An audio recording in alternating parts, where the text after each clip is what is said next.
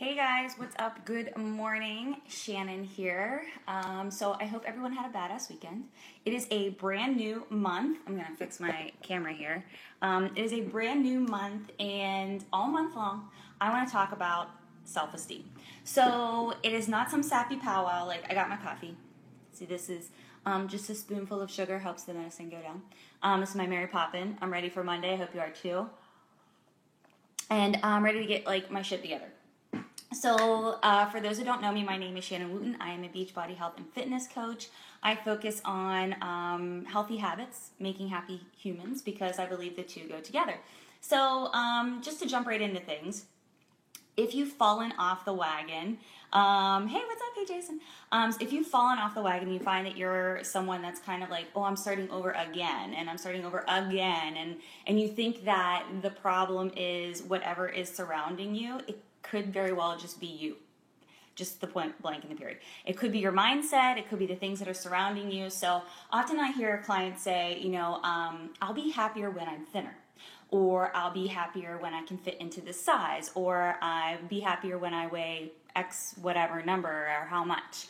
Monday morning news flash. Very infrequently do I ever see that that is really the case. So when people are even seeing results, if our mind is not right, then 9 times out of 10, you're not going to be right. Nothing is going to make you happy if you're not in a good place mentally. So people don't often equate, a healthy body and a healthy mind, but in my experience, those two are very much in sync. Those two are very much dependent on each other. Hey, girls. And a mind, once it is in a negative place, is a very, very difficult thing to change. I know this from personal experience. I mean, I have a personal development book here. I am constantly reading personal development because in my life, I have experienced difficult things that have kind of took me down a negative path. And I found it really hard to get myself out of that negative space, because once you're in a negative space, that just breeds itself. It spreads like a fungus, and those negative thoughts are already in there. So they're already perpetuating themselves, repeating themselves. And so you kind of need to find something to get in there James, it is incredibly hard. It's super hard. And you need to find something to get in there to put a wedge in it and say, you're pretty. Thank you, Leslie.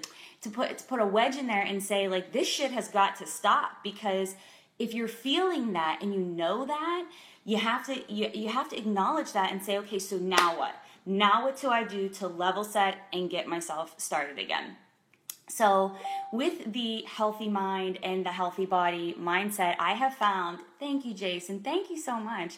I have found that if you start interjecting those positive things, and I didn't even know it, exercise was one of those things for me. It was, yes, exercise creates endorphins. Yes, it makes you, look better, but it also good morning, Amber. It also made me feel better. Those negative thoughts that were happening to me every single day. One morning, I just got up and was like, I'm going to order, this book. It was You're a Badass. And I'm going to read it. And then one morning on the way to work, or not while I was driving, but before I left, I was having a particularly bad morning. And it was to the point where I was almost in tears before I left the house. And I was like, I'm just going to read a quick, hey, Jen, I'm going to read a quick chapter. And, it really changed the course of my whole day. It really was you're going to change this. You're going to stop being negative. And even though there are, again, those thoughts, they perpetuate themselves, that changed. It helped me. So good morning. So take note. These at least are the top 5 factors that can be affected when our self-esteem is not on point, and see if any of this sounds like you. So number 1, eating. If we are super in a lull with our self-esteem and not feeling great about ourselves, I often hear people say, I can eat a whole cake. I can just go and eat and eat and eat. I don't need to explain to you all the reasons why eating a whole cake is not awesome for you. But on the opposite side of that, and I know I'm guilty of this, when I'm not feeling so great, I won't eat. It's like my nerves get all messed up and my stomach is just I'm not hungry. So eating can be a factor that is affected by your self-esteem. And a lot of people sit back and think, Yes, stress eating. Yes, stress eating. Absolutely. Sometimes people call it eating your feelings. I'm taking a sip of coffee. My mouth is getting dry. So it can affect you. So people will sit back and say, I don't know why I can't lose this weight. Well, if you're eating your feelings, you're perpetuating that negativity and that self-esteem versus, someone like me who's like, okay, I want to maybe at this point in my fitness have more muscle. But if my stress is taking over and I'm not eating like I should be, then it's going to be harder for me to build that muscle. That's number one. Number two, stress. When we are in a place where our self-esteem is not on point, things that might be really minor can just become catastrophic. They can just blow up. And then, we become unpredictable loose cannons. Not only does that not feel great, like inside, anybody that's ever felt like this knows exactly what I'm talking about. Hey, Susan. Not only does that not feel great on the inside, but that's hard for other people to be around. I mean, you know what I'm talking about. If you are kind of wired for sound all the time and you're just not in a great place with your self-esteem, managing what seems like a smaller issue can just kind of yes, girl, yes, amen, can just seem like an unattainable mountain. That's number two, your stress. So number three, your needs. When your self-esteem is out of control and not in a great place, what sometimes we say to ourselves, I'm going to put myself last. I'm going to put everybody else before me. And even the idea of doing something for ourselves feels selfish, feels wrong. And then whatever our goals are, when we're not in control of our feelings or our self-esteem, those goals go to the wayside. We are less assertive about what we need for ourselves and acknowledging the things that we need to do to make ourselves feel better when our self-esteem is out of whack. Our direction, our purpose, it becomes secondary to everything else. I'm guilty of this too. I am so guilty of being a people pleaser. With my family, with my friends, everybody wants to be liked. I mean, I can get to a point with certain things or certain people that don't mean so much to me, and I'm I could give two fucks about that. But ultimately, everybody wants to be liked and accepted, and when you get to a place where your self-esteem is low, you're not a great person to be around, and that's a really hard pill to swallow. Yeah, your family and your friends that love you, I call them your ride or dies. Your ride or die people are going to be there for you and hopefully call you out and say, I can see you're being less assertive in your life and being yourself. And in that time, your needs go to the wayside. So number three is your needs. Number four, I like to call this your bounce back. So when we're out of whack with our self-esteem and our feelings are just all over the place, again, things that may have seemed like tiny road bumps will affect your ability to come back from them. So, I have had this happen to me, okay, scenario. Go to the grocery store and I am guilty, so guilty of how many bags can I carry in all at one time? I don't know why. This is a ridiculous thing. Why do I feel like I need to carry 15 bags on me all at once to where they're making marks in my arm and everything? And so, undoubtedly, this is before I got my Keep It Green bags, but you got a plastic bag. Hey, Andrew. But oh, yes, Jen, yes. You would rather break your arms instead of make 2 trips. Right. So, I'm carrying the bags in, and so they're plastic bags. And one of the bags has all of these spaghetti sauce and cans and milk and whatever in it. So it's just a heavy bag. And because the bag was so heavy and I had everything else, all over me, and I was carrying it here, actually, on this part of my arm, it actually, the weight of it broke and the sauce fell through the bottom and hit the ground.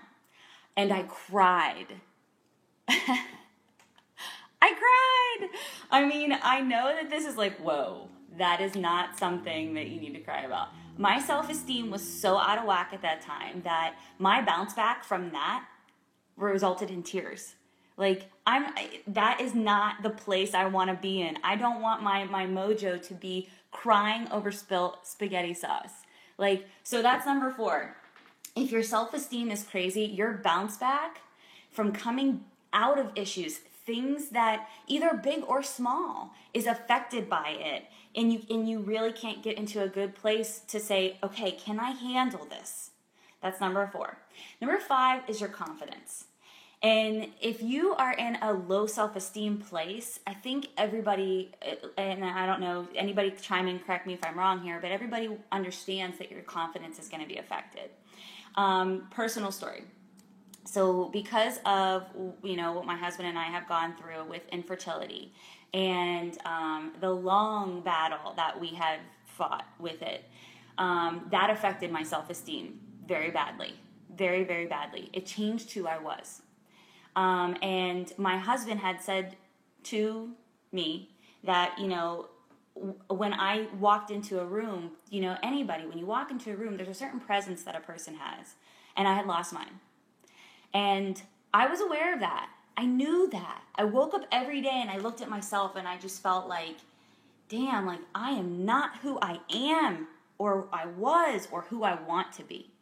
And so if your self-esteem is low, not only do you feel that, and this is not to add added pressure, this is to, rip the Band-Aid off. You guys know I'm a tough love girl because life is too damn short to be unhappy.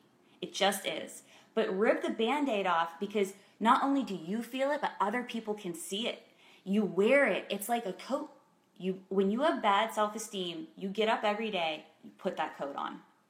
And that's number 5. So why is this important for our health and wellness and your overall health, your whole body health? Self-esteem is so huge to overall body health. Well, if today is a new day for you, and August 1st, it's a new day for everybody. But if it's a new day for you and your health and your fitness journey, and you've fallen off, and you're that person that's always like, I'm gonna get back on, I'm gonna do it, and you do it for like hardcore for 5 days, and you quit, you may not realize it, but that quitting affects you. It affects all of us. When we commit ourselves to something and we abandon it, that lives in there. Stop thinking that it doesn't, because it really does. Coffee break. It really does. It lives in your head. Spoonful of sugar helps the medicine go down. Mary Poppins. Mary Poppins. Get your coffee if you're not having coffee. Get some coffee. It's Monday morning. And so with regards to your overall health, how do we get ourselves back on track? So if you've fallen off and your self-esteem is in the shitter, here's my recommendation. Try doing at least these 5 things. Just try it. See what happens. What is the worst that can happen? If you're in a bad way and you're looking to get better, try these 5 things. So number 1, if you are the person that, has fallen off the wagon and now is eating like shit and is completely abandoning your exercises, get back on the wagon immediately. If not sooner, like 5 seconds ago. While I was talking, like get your coffee and just like do some movements, like move it, do it, go, go, go. So get back on the wagon immediately. And you don't have to start big. People sometimes, like, I'm a in my head person. Like, I'm totally in my head girl. That's why I read personal development. This is why I read these things. Yes. Because I get in my head. I got to get out of there. Start small. Who cares where you start? Just start. People sometimes put the cart before the horse. Like, that is my favorite saying because I'm a visual person. Can you seriously imagine, like, somebody putting a cart before the horse and the horse is back there like, where am I going? And the cart's just sitting there and nothing's happening. So just start small. Don't think you need to go out there and like be a bodybuilder. Hey, Ash, just start somewhere because anywhere is better than nowhere in self-esteem land. Just remember that anywhere is better than nowhere in self-esteem land. And when you're in that negative cesspool, that's nowhere. You gotta get out of there. Change the thoughts. Start somewhere. Get on the wagon immediately. That's number 1. Number 2, and this is huge. Stop comparing yourself to anyone else. Stop comparing yourself to anyone else. Even on social media, like social media is so great. Like I get to talk to all you guys this morning and I'm in North Carolina. Half of you, I don't know where half of you are. Some of you are in Pittsburgh, I know, woo. Some of you are, I know, Crystal's in Arizona. Like, people are all over the place and we're connecting. And this to me, I hope at least to you too, is positive. But there's people, on social media that maybe make you feel bad or make you feel like you need to be like them. You need to be like you. That was a big thing for me to overcome. Like, okay, I'm in this like depression from my infertility and I'm I felt like I was ashamed. I was a drag. I was like depressed. Like nobody wanted to be around me and I couldn't talk to anybody about it. Like I did all that. I did all that to here, to me. I was comparing myself to other people. Stop doing that. So if there are people on social media that make you feel inferior, delete them. Stop following them. Very important thing I told someone recently. When you unfollow someone, they don't know. They can't tell. They can't see that shit. So they're not going to be mad at you if you're the kind of person that worries about that. Boop. Unfollow. That easy. You can unfollow me too. I hope you don't. I want to be friends. But I understand if you did. Also, look for people that you want to follow. People that force you to level up. When your self-esteem is in the shitter, nothing is worse than somebody that is going to, what's the word I want to say here, is going to kind of like reinforce your bad self-esteem, is going to say, yeah, you know, like you need to feel bad. Like you need to go in search of humans that are going to make you feel good. My sister-in-law gave me this thing. It says, prove them wrong. Can't see it, looks backwards. But I keep it around because I know what it's like to feel bad and be in that bad place. And I needed to prove me wrong. I needed to get out of that. I needed to prove that I could be the person that I want to be. And so I stopped comparing myself to others, started reading personal development, and I leveled up. So comparison game, number 2, knock that shit off. Number 3, surround yourself with positivity. It's just nice to be nice. It's just nice to feel good. I do have a pretty awesome sister-in-law, Les. Thank you. So if you are, like I said, looking for people that are going to help you to level up, 2 birds, 1 stone. Level up with someone that's going to breathe goodness into your life and make you feel good. 2 birds, 1 stone. Level up. Personal development, going to make you feel good. I had this like mental, I don't know, craziness about personal development when I first heard about it. Like I thought it was for crazy people. I could very well be certifiable. That's cool. But I realized when I started reading it, which I don't like to read. I'm not a reader. Just like, I don't like to read. But I'm a quoter. So like I'll go through and just like underline quotes and like write little things in the margins that speak to me. And I try and share them with you guys. Like I try because if it speaks to me, I always believe that it's probably speaking to somebody else too. So finding someone to help you level up, that's a motive for positivity. And reading personal development, another way for positivity. Surround yourself with positivity. That was number 3. 4, find your motivation. So if you're in the health and fitness like hamster wheel right now, and the hamster wheel is where you're just like going and going and going and falling off and getting on and falling off and getting on, and you're not really seeing any progress because you're just like doing shit, and you're not pulling in the good things like clean eating, exercise, personal development. Like if you're not pulling in these positive things, then you're just on the hamster wheel.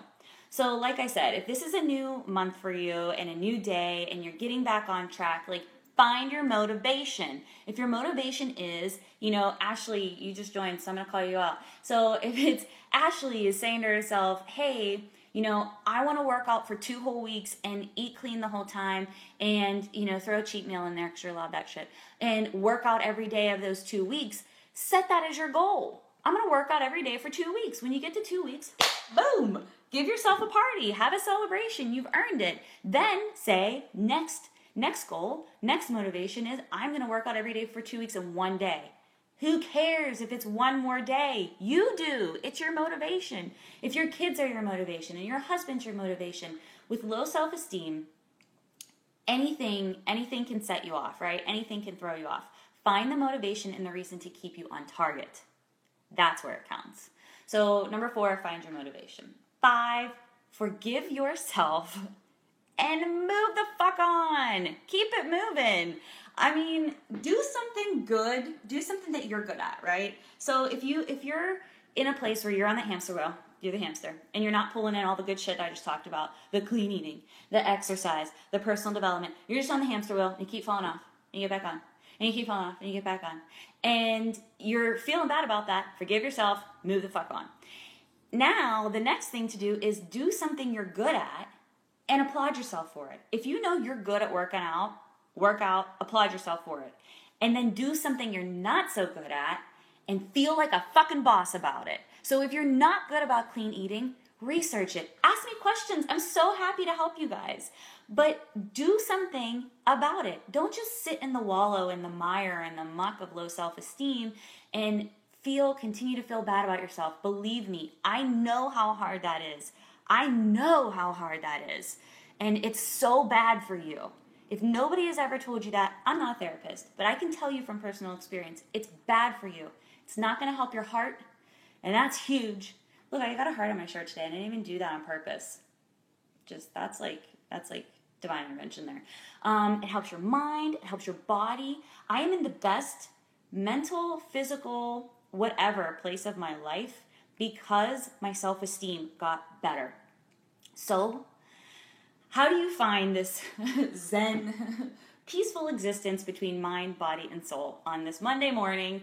Hope that wasn't too serious. One word, balance. It's all about balance. Balance includes time balance, mental balance, fitness balance. You got to do what you need to do to get yourself right. You have one life, and it's super important to be happy as shit. It totally is. If you're not happy, you're wasting time. Be happy. One of the easiest things that I can impart, and I hope to impart on you guys in getting out of that low self-esteem rut and getting yourself back on track, is doing healthy things creates happy people. Dude, I want to get it tattooed on me because that's how much I believe in it. Suffering from infertility took me to a place that I didn't recognize myself. I was a depressive nightmare. And I'm sorry if that offends someone, but I lived it. My whole body was a mess. My hair fell out. And that's because I had low self-esteem. What did I do? I started exercising. I exercised for 21 days. And I stayed on it for 21 days. And every day I got a little bit happier in the morning. And I felt better. And after that, I was like, okay, there's something to this exercise. And because I'm a Beachbody coach, it was the 21-day fix.